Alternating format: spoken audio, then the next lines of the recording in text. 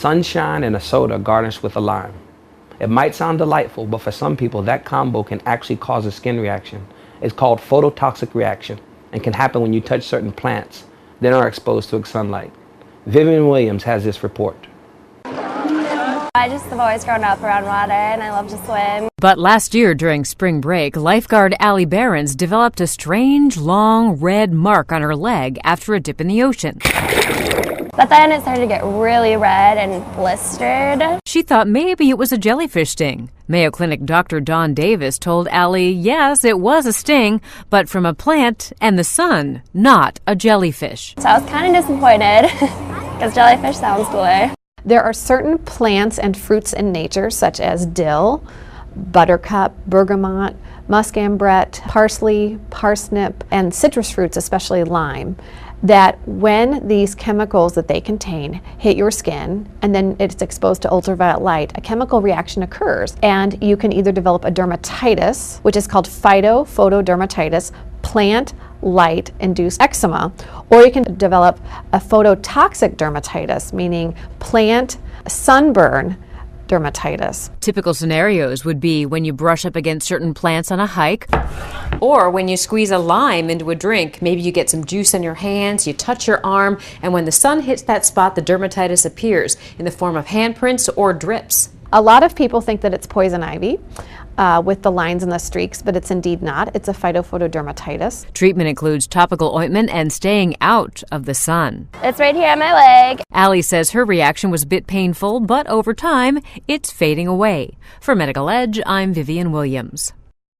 Before we go, a brief look at the main stories. The House of Assembly approves the 2014 budget without any contributions from the members of the opposition. A verbal battle between the House Speaker Ingrid Moses and District 3 Representative Julian Fraser ends with empty chairs on the opposition side of the House during the budget debate. Premier Dr. Orlando Smith and government ministers and representatives all spoke on the $301 million budget that they say supports government's vision for future development. New People's Hospital Pledge Program gets $1.5 million from the Social Security Board as it aims to raise $10 million to acquire equipment for the new state-of-the-art medical facility. Education Minister Myron Walwyn stresses the importance of all students sitting the CXC examinations and plans to introduce international exams to evaluate the territory's performance. There is renewed calls for private investment in greenhouses. Minister responsible for Agriculture, Dr. Kedrick Pickering, admitting that there were setbacks, says the greenhouse investment will not be wasted. The Agriculture Minister also highlights career opportunities in the agricultural sector as government seeks to create employment and promote food security with assistance from the Small Business Bureau. And one Mart Superstore owner, Mark Vanterpool, believes that local farming is already reaping success. The supermarket pays out over $1 million to local farmers annually. In news from the region, Barbados launches a drug treatment court in a bid to break the cycle of criminal behavior and provide alternative to incarceration. And the World Health Organization urging countries worldwide to take immediate action to prevent an impending tidal wave of cancer and says government regulations are needed.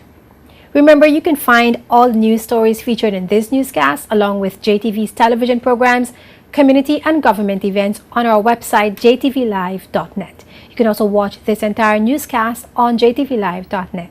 Additional information can be found on our Facebook page, facebook.com/jtv55, as well as our JTV News YouTube channel, where you can find all the news, features, press conferences, and JTV programs.